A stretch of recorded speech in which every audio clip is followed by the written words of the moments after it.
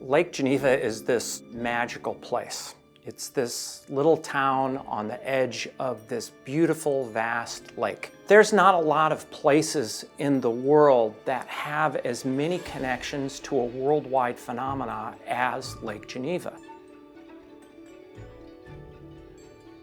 Well, Lake Geneva's home for me.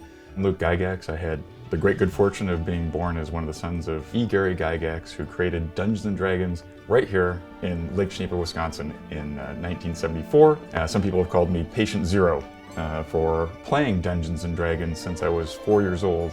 And, my whole world is surrounded by role-playing gaming and games in general. Gary always wanted to be a fantasy author. He would sit on the shores of the lake and look off across at Stone Manor, one of the millionaires' manors, one of the titans of industry from Chicago's manors.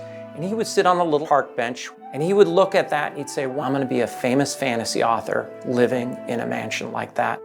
This is a out-of-work insurance adjuster who is cobbling shoes, getting help from the Jehovah's Witness church to scrape by. Gary was looking for some sort of world to go beyond his own, something to expand his horizons, his imagination. That's what this game was. People say Dungeons & Dragons saved my life. Gary Gygax wrote and published this game in Wisconsin, in this little town of Lake Geneva, in this little house. To a lot of young kids isolated in small towns around the world, looking for an escape from their very compartmentalized standard lives, it's more than a game. It's a humanity-level event. The original design of the game, only the cleric can heal, only the magic user can use magic, only the thief can find traps and pick locks, and only the fighter can fight successfully. And if you don't have a seat for every one of those people at the table working together, you don't succeed. And so that's the beauty of the game. It's a game that's designed to be cooperative. Chess and cards, all those games have a winner and a loser. That's the paradigm for millennia. But now you have a game where it's the shared imagination of the people at the table, and there are no winners and losers. He writes the first drafts of the game in this little house at 330 Center Street. He took from his cultural surroundings, his faith, his upbringing, popular culture, and mashed it all together in this fantastic amalgam of pop culture, mythology, religion, all of this stuff together, and that's why the game appeals to so many people. That's why after people discovered it, it really took off like wildfire. In the early 70s, with the Vietnam War having just ended and see this sort of deep interest in fantasy, Gary founded his game company, Tactical Studies Rules. He publishes Dungeons & Dragons here, right down the street at Graphic Printing, and then he hand assembles the boxes right here at the dining room table. The company starts to grow on the wild success of D&D, and we're talking it's sweeping through college campuses. They looked at the mailing address on every single book that came out. What is P.O. Box 756 in Lake Geneva, Wisconsin? And they just imagined this fantastic little world of creativity where these genius game designers are creating these fantastic games. They create whole worlds. And Gary could have had this anywhere, but he chose to keep it here. At one point, his company employed 6% of this town's population.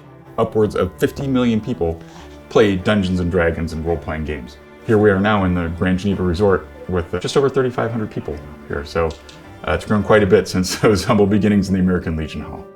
Gary didn't drive, so everything Gary did had to be within walking distance of his house. We created this walking tour map. And the walking tour map shows Lake Geneva as a sort of dungeon map, complete with Jenny the lake dragon there. And you can go and see Gary's boyhood home. You can see where he hid in the graveyard and his friend dressed up as a werewolf to scare passerbys. You can go and find where he found the first rust monster figure in a dime store down on Main Street.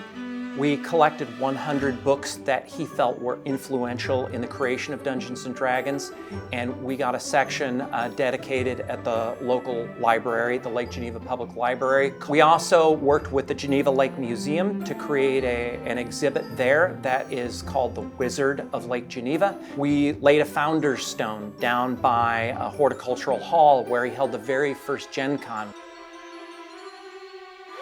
Dragon Days is a citywide event that celebrates Lake Geneva, Wisconsin as the birthplace of fantasy.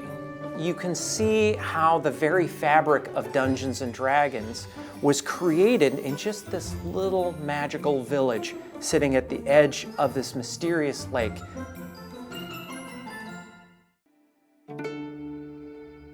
My father passed away March 4th of 2008, and as anyone knows who's lost a parent, it's a devastating thing. I was in the Army, living in California at the time when I got the call, and I immediately, came home to Wisconsin, and it was very difficult.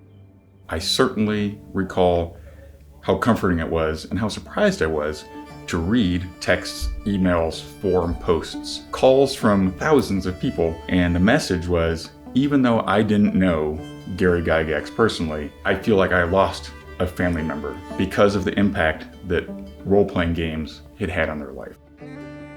I didn't realize how important that was. I knew it was a really cool game, and I spent thousands of hours playing with my dad and having a good time, but I didn't realize what makes D&D so special is this human connection. People said, we miss Gary, I'm gonna make a pilgrimage to Lake Geneva. Why don't we just hold like a gathering where people can come and play games? Because my dad loved games. So that's the attitude I brought to GaryCon. There should be no empty seat at the table. You don't have a game to play, walk up, ask is it okay to join, and sit down and play, because that's what it's about. It's about playing games, making friends, and camaraderie around the table. Dungeons & Dragons teaches you to work in groups and rely on one another's strengths. Now it's carried on by Wizards of the Coast when they purchased the company, and then eventually Hasbro. And it all started because Gary loved fantasy and science fiction, and that was his true passion. And it all comes out of this little tiny magical town of Lake Geneva.